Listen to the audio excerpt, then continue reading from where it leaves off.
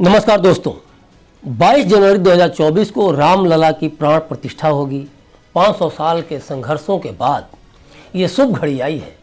देश भर के माननीयों को इस समारोह में शिरकत करने के लिए निमंत्रण भी भेजा जा रहा है। सोनिया गांधी को भी निमंत्रण भेजा गया है, लेकिन उनके आने या न आने से पहले ही यह कयास लगाया जाने लगा है कि सोनिया गांधी इस समारोह में नहीं आएंगी। क्लिक इंडिया ने भी सोनिया गांधी के आने को लेकर कांग्रेस की राम और सनातन पर सोच को लेकर विश्व हिंदू परिषद के राष्ट्रीय प्रवक्ता और जवाहरलाल नेहरू विश्वविद्यालय के प्रोफेसर डॉक्टर परवेश चौधरी से बात की। सुनिए उनका क्या कहना है। अब तो सोनिया गांधी और मल्लिकार्जुन खड़गे भी राम मंदिर में जा रहे हैं सर, कैसे देखते हैं आप इसको?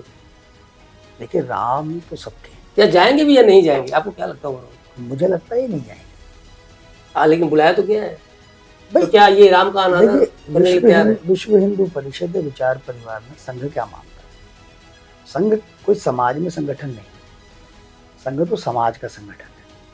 तो संघ सोचता है सब ऐसे हो जाएं, और संघ क्या सोचता है? संघ तो देशिक विचार को सोचता है ना। सर्वे भवन्तु सुखिनः की बात ही तो सोचता है, वसुधैव कुटुम्बकम की बात ही तो सोचता है। सब वैसे हो जाएं, ऐसा संगठन बनना, ये तो संघ की सोच है, यही तो हेतु है जी। अब उसमें तो कांग्रेस पार्टी भी आती है, उसमें सारे ही आते हैं। इसलिए विश्व हिंदू परिषद में राम मंदिर का जब प्राण प्रतिष्ठा का कार्यक्रम हो रहा है, तो ये तो जरूरी था सबको निमंत्रण देना। कोई आएगा, कोई नहीं आएगा। उनको लोगों को लग रहा था कि शायद कांग्रेस पार्टी को नहीं दिया जाएगा, लेकिन हमने तो कभी किसी को भेद माना ही नहीं ना। जो हम है वही तुम हो, जो तुम हो वही हम है। यही तो भारत का हिंदुत्व का चिंतन है। हिंदुत्व इससे भिन्न नहीं है। हिंदुत्व ही एक ऐसी आइडियोलॉजी है जो किसी को अपने से अलग नहीं करती, वो सबको साथ में ले चलने की बात करती है। और वो भले ही विरोध कर रहे हैं हमारा, भले ही राम को काल्पनिक बना दिया कांग्रेस पार्टी ने, हिंदुत्व की जो पूरी विचारधारा है, हिंदुत्व का जो विचार है, वो भारत का सनातन का विचार है। और सनातन का विचार तो सर्वे भवन्तु सुखिनः के मूल मंत्र पर बेस्ड है। इसलिए चाहे कांग्रेस हो, चाहे कम्युनिस्ट हो, चाहे कोई भी हो, जो भी मंदिर में जाना चाहता है वो जाए, उसको जाना भी चाहिए, क्योंकि राम तो सबके हैं। सबके राम है ना। मैंने पुस्तक लिखी सबके राम, वो उन्होंने बताया कि किस तरह से एक जंगलों के अंदर जो समाज रह रहा है वो भी राम मंदिर के लिए समर्पण करने आ रहा है। जो सेवा बस्तियों में लोग रह रहे हैं वो भी राम मंदिर के लिए समर्पण करने आ रहे हैं। एक अरबपति आदमी भी राम मंदिर के लिए समर्पण कर रहा है, और एक रोड पर रिक्शा चलाने वाला व्यक्ति भी राम के लिए समर्पण कर रहा है। ये राम है, यही रामत्व है, यही देशत्व है। रामत्व ही देशत्व है, देशत्व ही हिंदुत्व है।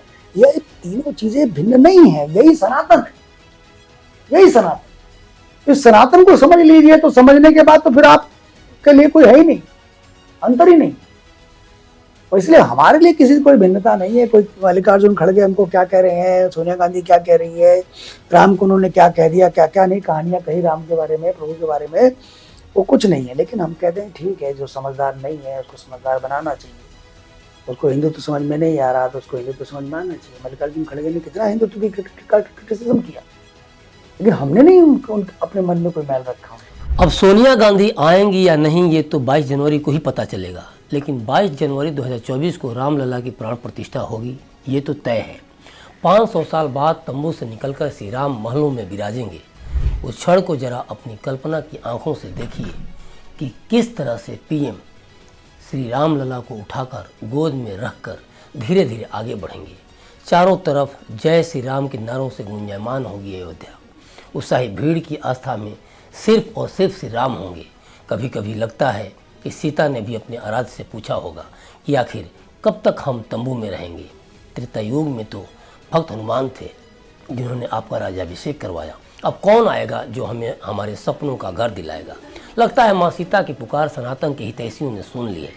सभी के प्रयास से 22 जनवरी 2024 को रामलला अपने महलों में विराजेंगे।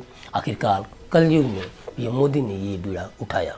लगभग 500 मीटर की दूरी तय करके पीएम मोदी रामलला की प्राण प्रतिष्ठा करेंगे और अयोध्या सहित पूरा देश दुनिया भर के राम भक्तों के अधरों से जयकारा फूट पड़ेगी, जय श्री राम। फिर कैमरा दूसरी तरफ घूमेगा। दर्शक दीर्घा में कांग्रेस की सोनिया गांधी होंगी।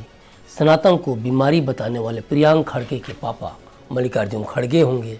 साथ ही देश के कुछ और नेता होंगे जिन्होंने सेकुलरिज्म का हवा खड़ा कर किसी खास वर्ग को खुश करने के लिए राम मंदिर के विरोध में कोई कोर कसर नहीं रख छोड़ी। आज वो वक्त करीब है जब वे महसूस करें कि सारी ताकत झोंकने के बाद, ऐसे नेताओं द्वारा अपना दम दिखाने के बाद भी वे रामलला का कुछ नहीं बिगाड़ सके। सही मायने में देखा जाए तो यह ऐसा समय है जिसका गवाह उन सभी राजनीतिज्ञों को बनना चाहिए जो भारत के प्रतिनिधित्व की बात करते हैं, जो सनातनियों का वोट पाते हैं, जो खुद को जनहितैषी कहते हैं। रामलला की प्राण प्रतिष्ठा में भारत के करोड़ों लोगों की प्राण में एक नया संचार होगा, तो कईयों के प्राण भी निकलेंगे, दिल भी जलेंगे, जो कभी नहीं चाहते थे कि अयोध्या में राम मंदिर बने। याद कीजिए कैसे 2007 में केंद्र में कांग्रेस की सरकार थी।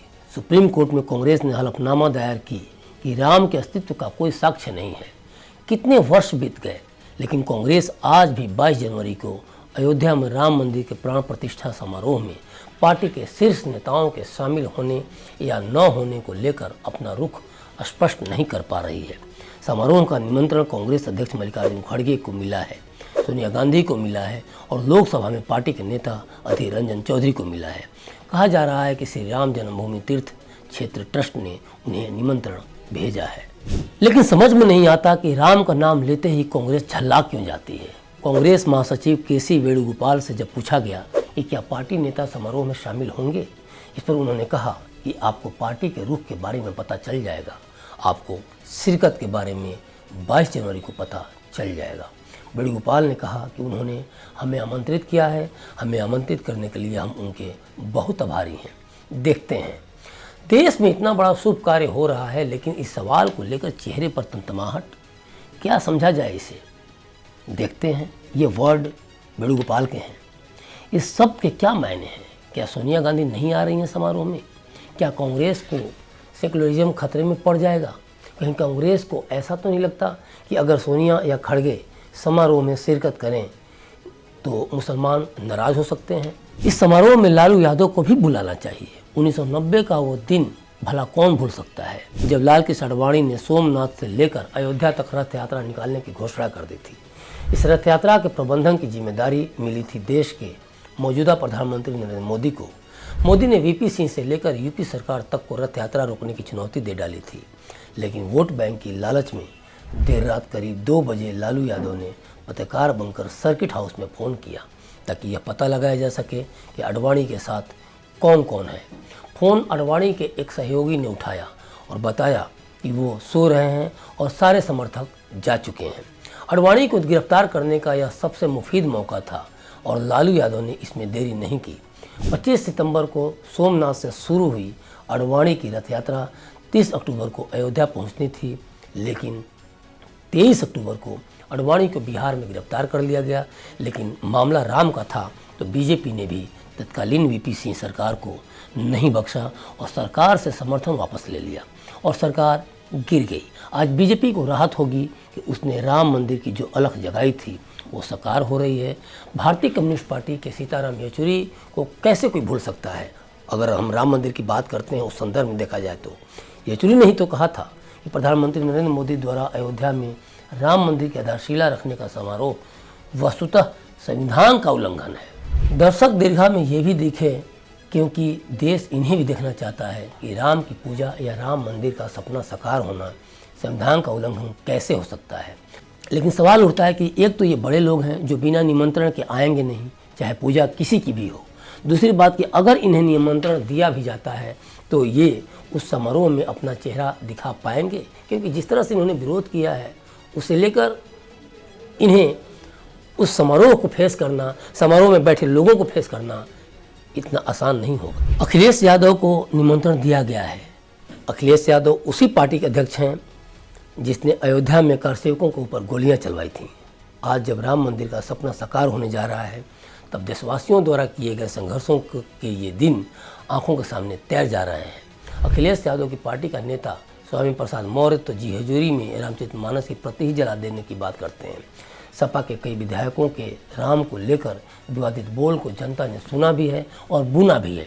अब मौका है राम मंदिर के प्रांगण में बैठने का, भूल चूक सुधार करने का, लेकिन हौसला कहाँ से लाएंगे? लेकिन सरकार इन्हें बुला रही है, ये अच्छी बात है। अब बात करते हैं जरा उद्धव ठाकरे की।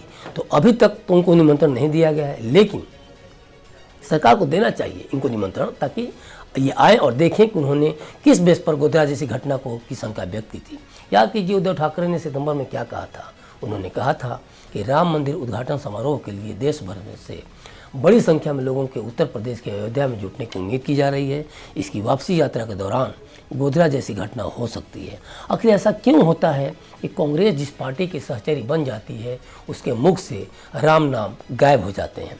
मंचों से सनातन को गालियां दी जाने लगती हैं। अति उत्साह या किसी खास वर्ग के वोटों को हड़पने की कवायद तेज हो जाती है। कौन भूल सकता है जिस सनातन की रक्षा के लिए राम वन भटके, आज उसी सनातन की तुलना तमिलनाडु के मुख्यमंत्री MK स्टालिन के बेटे उदयनिधि स्टालिन ने डेंगू, मलेरिया और कोरोना वायरस से की थी और कांग्रेस चुप्पी साधे रखी। ये शुरू से ही हो रहा है कि जब जब राम मंदिर की बात हुई, कोशिश हुई कि विवादों को रंग दिया जाए। शिलान्यास के थोड़े दिन बाद 2021 में चंदे का विवाद शुरू हुआ। कांग्रेस, आप और सपा समेत कई दलों ने श्री राम जन्मभूमि तीर्थ क्षेत्र ट्रस्ट चंदे से मिलने वाली समर्पण निधि में हेर फेर का भी आरोप लगाया। अयोध्या में जब जमीन खरीदी जा रही थी उस समय भी बवाल हुआ। प्रियंका गांधी, रणदीप सिंह सुरजेवाला, सपा नेता पवन पांडे और आपके सांसद संजय सिंह ने इस मुद्दे पर कई सवाल उठाए। इन नेताओं ने राम मंदिर तीर्थ क्षेत्र ट्रस्ट पर भूमि खरीदने में घोटाले का आरोप भी लगाया। राम मंदिर निर्माण का श्रेय बढ़ा जाता और ये पार्टियां द्वारा लगातार विरोध के बाद जब समझ में आने लगा कि अब राम मंदिर निर्माण होकर रहेगा, तो उन लोगों ने मिलकर कोशिश की कि कलंक की कैटेगरी को भी बड़ी रखी जाए।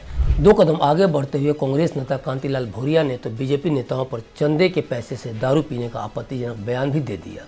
भूरिया को जवाब देते हुए तीर्थ क्षेत्र की ओर से कहा गया था कि वह पाई का हिसाब इनकम टैक्स डिपार्टमेंट को देते हैं। इसके अलावा मस्जिद बद्र और अंगद टीले की ज़मीन को लेकर भी काफ़ी विवाद हुआ।